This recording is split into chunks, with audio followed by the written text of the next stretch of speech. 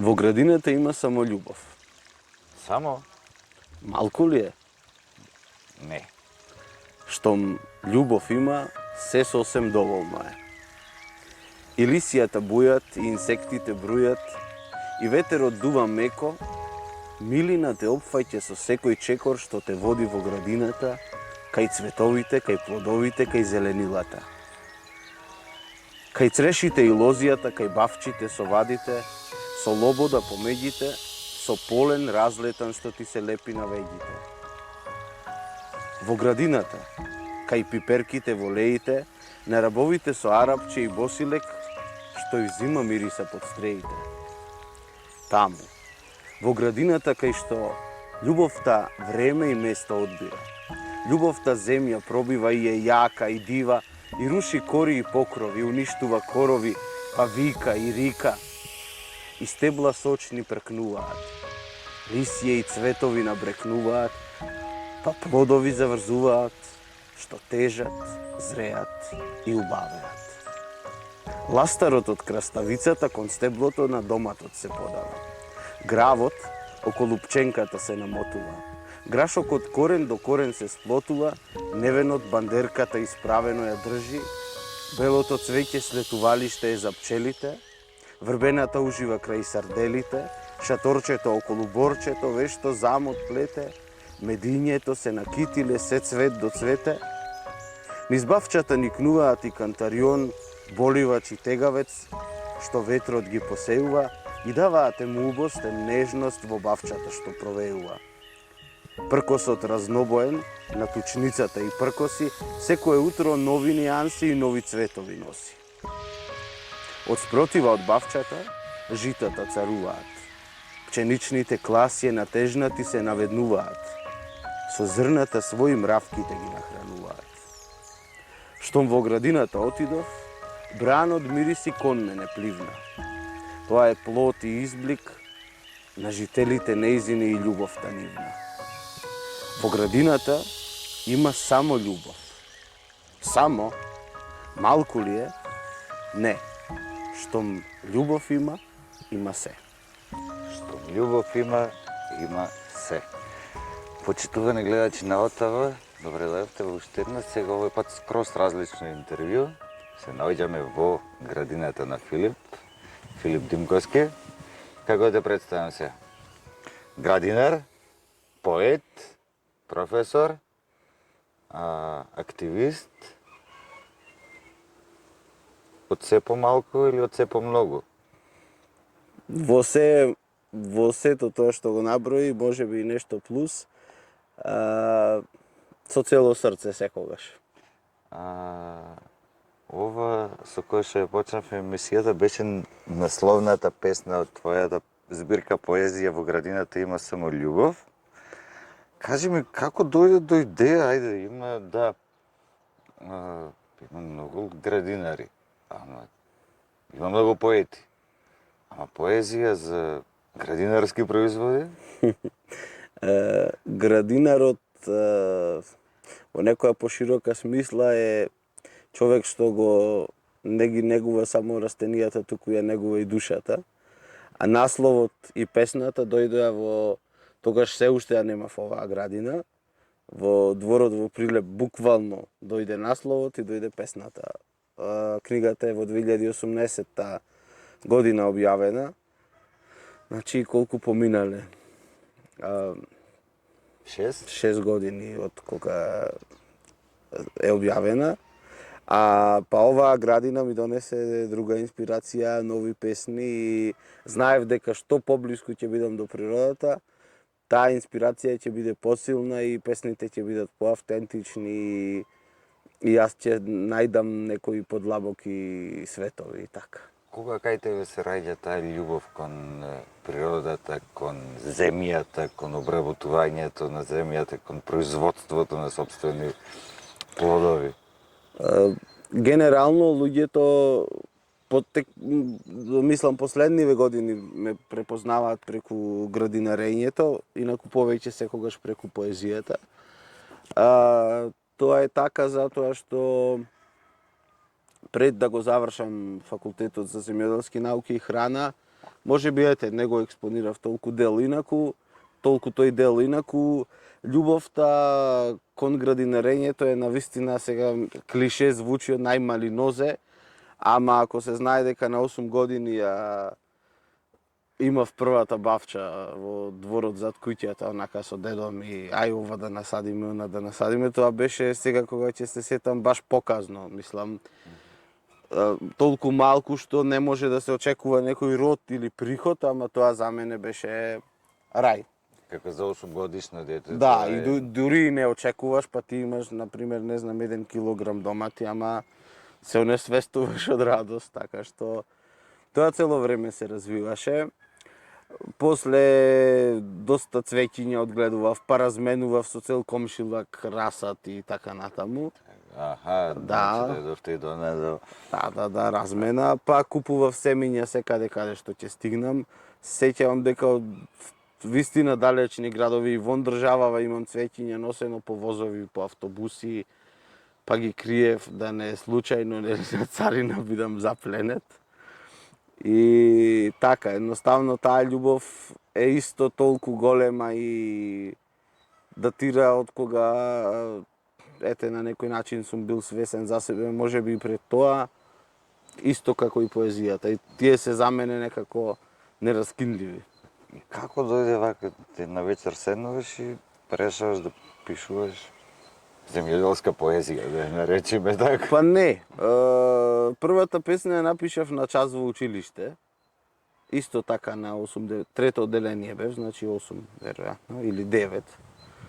И ме испофалија за есента беше, нели, ова ја во тие почетни месеци на учебната година. И јас, нели, добиваш волја за тоа и сега јас почнав да пишувам па за едно, па за друго, па за трето, па за кокиче, па за не знам што.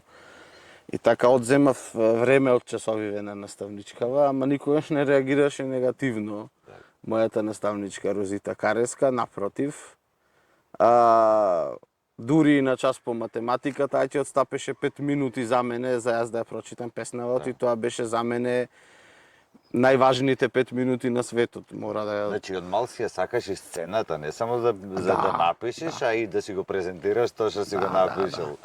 Тоа мислам дека се роди во Марко Цепенков таа љубов кон сцената.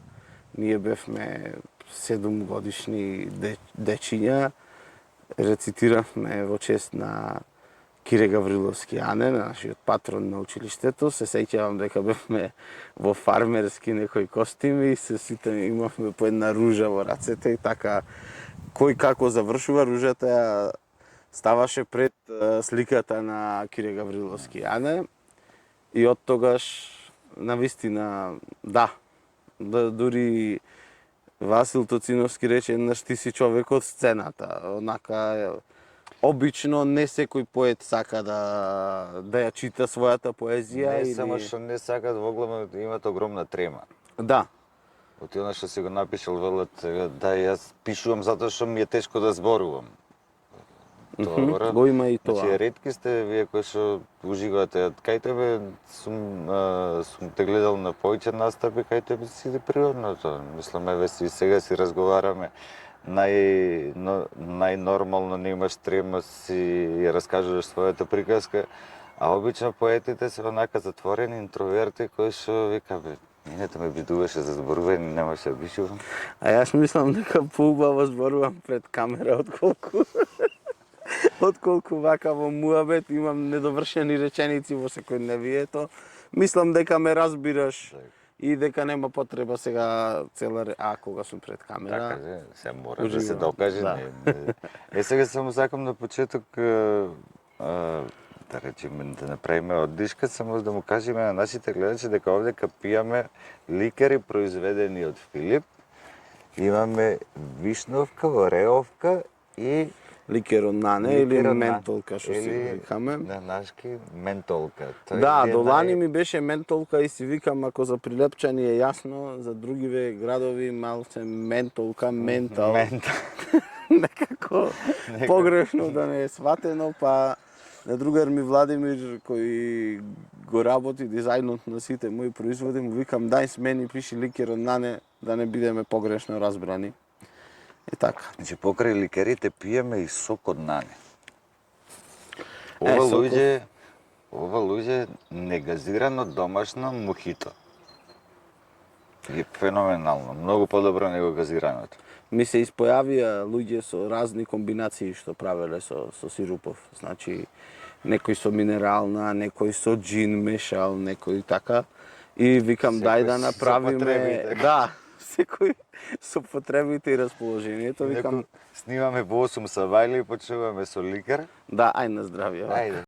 Здрави, ти пиеш оревовка, Да. уствари, дека? Ти пиеш оревка, јас вишневка. Склопив некој мој рецепт и ми е интересна. Сега ми е хит годинава. Во 8 сабајле да се почне до понеделник. Ко баби не порано, знаеш. Крво, сабајле. За крвото. Редум за крвото.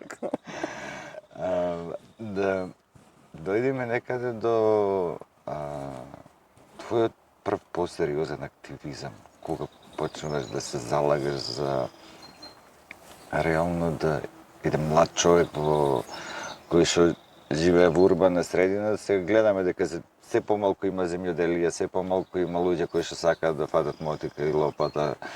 А ти тргнуваш што се вели од едно домашно градинче, веќе имаш и надворот прилепена поголема градина која што носи еве доволно род, па и да правиш домашни производи, како ликери правиш, сладка од дујни, од 300 чуда и така натаму произведуваш и зеленчуци. Кога иди кај тебе тоа да речеш ова сега ќе го носам на повисоко ниво? Прво, секогаш, не знам, ми е врзано во главата дека ако нешто пишувам, дека треба да стојам за тоа. Дека не можеш да бидеш во канцеларија 8 часа и да пишуваш колку ја сакаш природата, а при најмал дожд да се криеш, да бегаш, да мислам, за жал многу луѓе во денешницата, тоа баш некако најмногу во Скопје сум го забележал, кој е стравот на човекот од природата. Значи, од тоа што не ја познава, тој се плаши. Стравото ги од непознатото, И сега тоа кај мене се тоа е поврзано. Во однос на литературата секогаш велев јас морам да воспитам мои читатели. Затоа влегов во преку 100 училишта низ Македонија и Балканот со цел да правиме работилници и природно децата да пројават интерес, само да се поттикне интересот. Зашто доцна е во средно да им кажеш сега еве ти книга, ти мораш да читаш. Никој тоа нема да го прифати. Понатаму во однос на пишувањето сватив дека морам да сум блиску до природата за да можам да пишувам со неа. И да, интересно ми е кога ќе ми кажат активист, јас можеби тоа општествено така треба да се дефинира. Меѓутоа, едноставно тоа е мојот начин на живот. Не е нешто различно во смисла сега јас ќе бидам активист, за да ете добијам поени и да кажат пред света, Филип е активист и се залага за животната средина и за храната. Прво, во моето семејство земјоделството никогаш не било примарна дејност, се било така рекреативно, имавме лозје, овоштарник. Меѓутоа, секогаш се правеле сокови, се правеле зимници. Ние сме деца пораснати на домашна храна и така дојде спонтано запишувањето на земјоделскиот факултет, кој морам да кажам дека особено заради некои професори многу го уште повеќе ми е зацврсти љубовта. И ако ги видите моите цртежи од 8-9 години што сум ги цртал, мислам не сум некој уметник ликовен, ама добро. Тоа се скици на куќи, села, бавчи и така натаму. Значи тоа секогаш во мене постоело и дојде денов тие цртежи да се реализираат во вистинскиот живот. Секогаш замислував дека ќе се вратам на факултет, ќе дојдам во Прилеп и ќе купам место надвор од градот, да имам бавча, да имам кокошки, тоа го направив. Имаш кокошки? Имав кокошки до есента. Моментално кокошарникот ми се реновира и во реновирање и Боже здравје напролет не можам без кокошки и сега ми е грдо. Да. Да. Па види, А еве слушаме некој петел од Комшиски, да. петел, имаме и комшиски кучиња многу баш кој Да. пречека. Моето куче има многу пројавено градски манири, со оглед на тоа што е од Скопје. Доаѓа овде во посета, ама така, се чувствува како гостин. Кажи ми, кој е Филип Тимковски професор? Што предава? Преку тие многу работилници што ги спомнав, јас никогаш не се оддалив од училиштето и од образованието. Уште мислам дека сум дел од основно и од средно и од факултетите. Држев и некои предавања и работилници по факултети.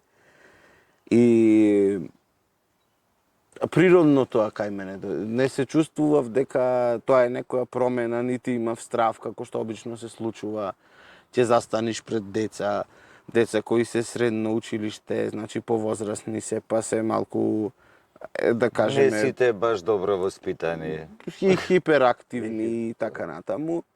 Но многу природно тоа сето, бидејќи тоа е ново искуство во февруари прв пат официјално во средно предавам.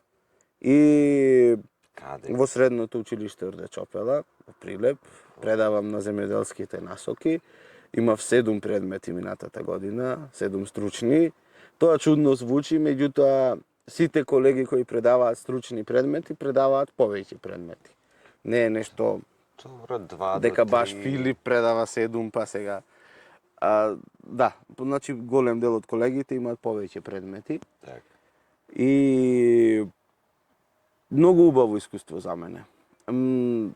Некако брзо се научивме со децата дека професорот легува на час кога звони звончето. Точно, прво беа реакции, леле, овој пак се појави сега во и 45, за мора. Не доцни. Не доцни. После свативме дека не можеме да одиме 10 пати во тоалет, дека без разлика дали ни се слуша, не мораме да слушаме денеска, ако не ни се слушама, не треба да пречиме професорот да го предаде она што го подготвил. И среќен момент беше тоа што ученици кои, да речеме, немаа некој голем интерес, дојдовме до ниво да застанат на табла, да напишат. Го искористив моментот на постојаното седење на телефон да го трансформираме во барање на трактори на TikTok. И како земјоделци на TikTok се снимаат во Турција, во, не знам, во Шведска и така натаму.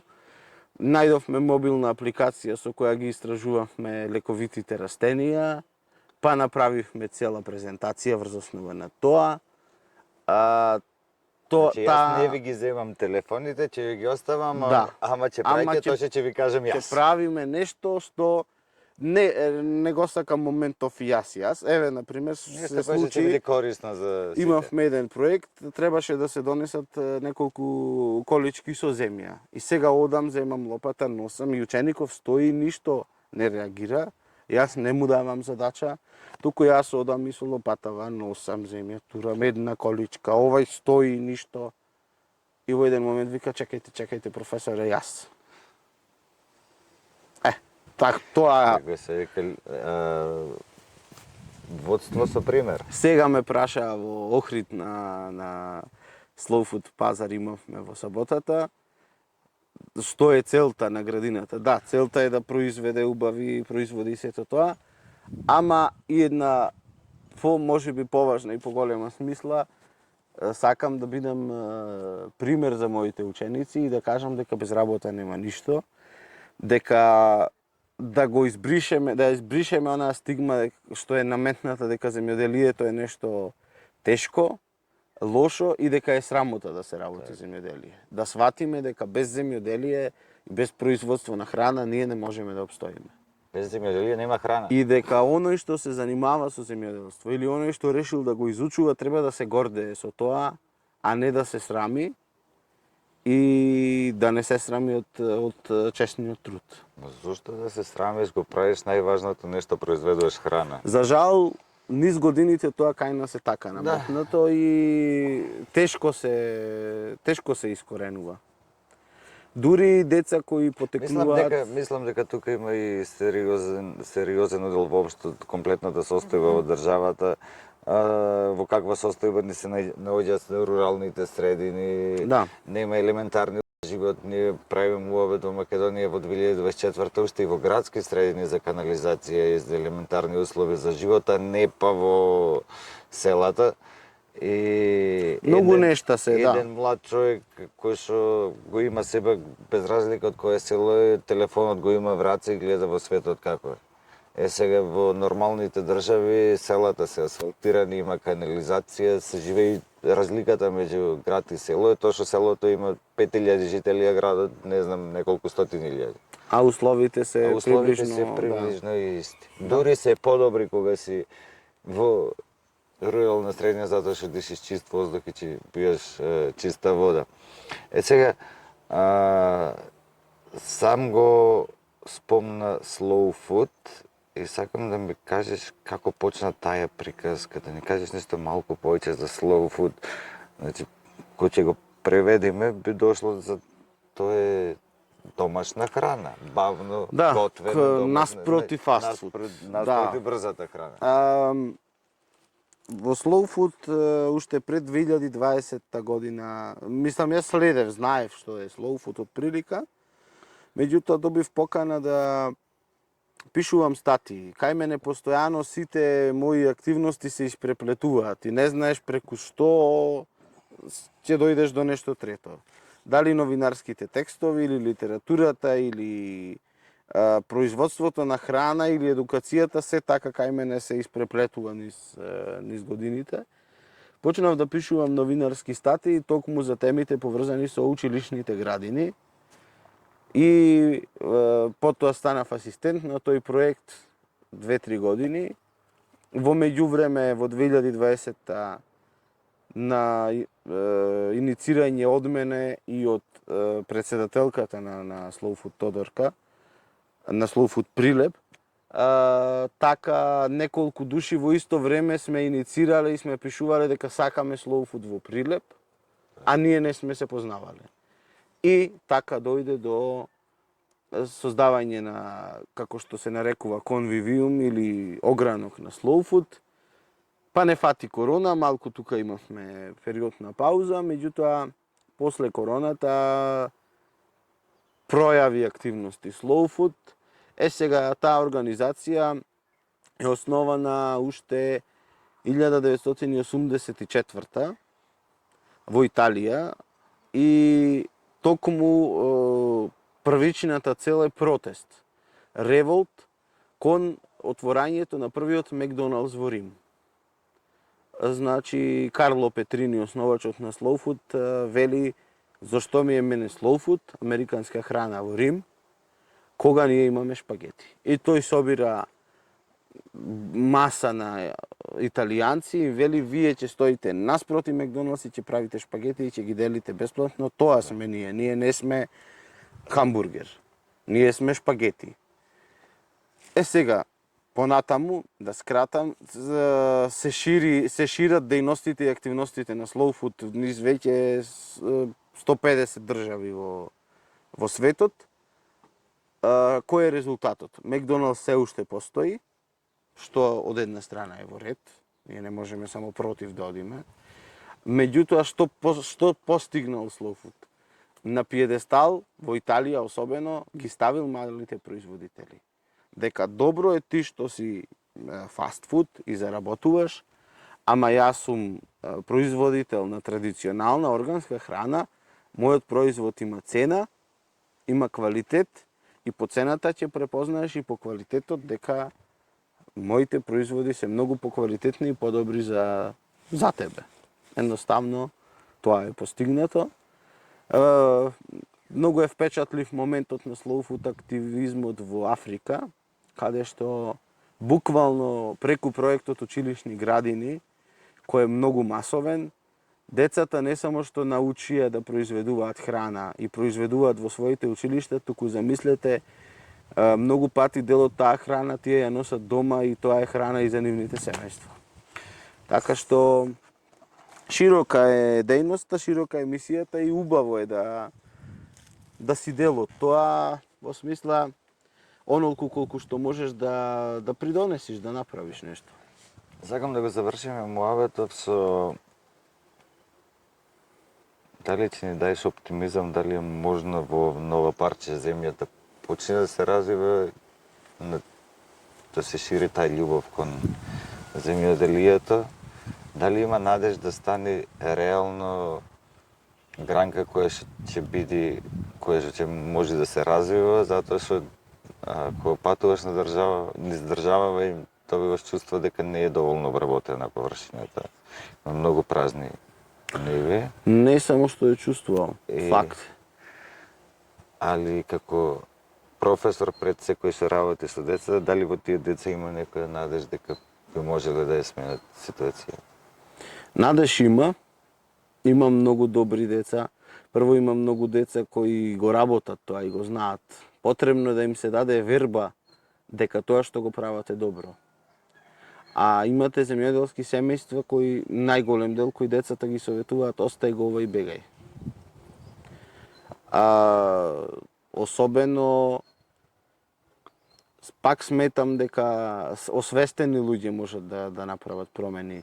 Сигурно забележуваш колку луѓе не само кај нас и во светот кои биле во различни сектори, кои немаат врска со земјоделство, одлучиле да отидат во некоја рурална средина, да започнат некој мал семеен бизнис, да одгледуваат животни, да произведуваат храна. Во Македонија ние веќе мислам дека не сме во состојба да бираме, туку мораме. И иднината на нашата држава ја гледам во малите производители, затоа што пред известно време бев прашан за што мислам за мерките на укрупнување на земјоделските поседи и така натаму. За нас предоцна е за тоа. Ние мораме како мали производители, секој нека се потруди доколку е во можност барем за себе да произведе. Ако понатаму успее за неколку семејства, супер. Па да му донесе тоа некаков приход. Ние не можеме да се развиваме во бродоградбена индустрија во Македонија.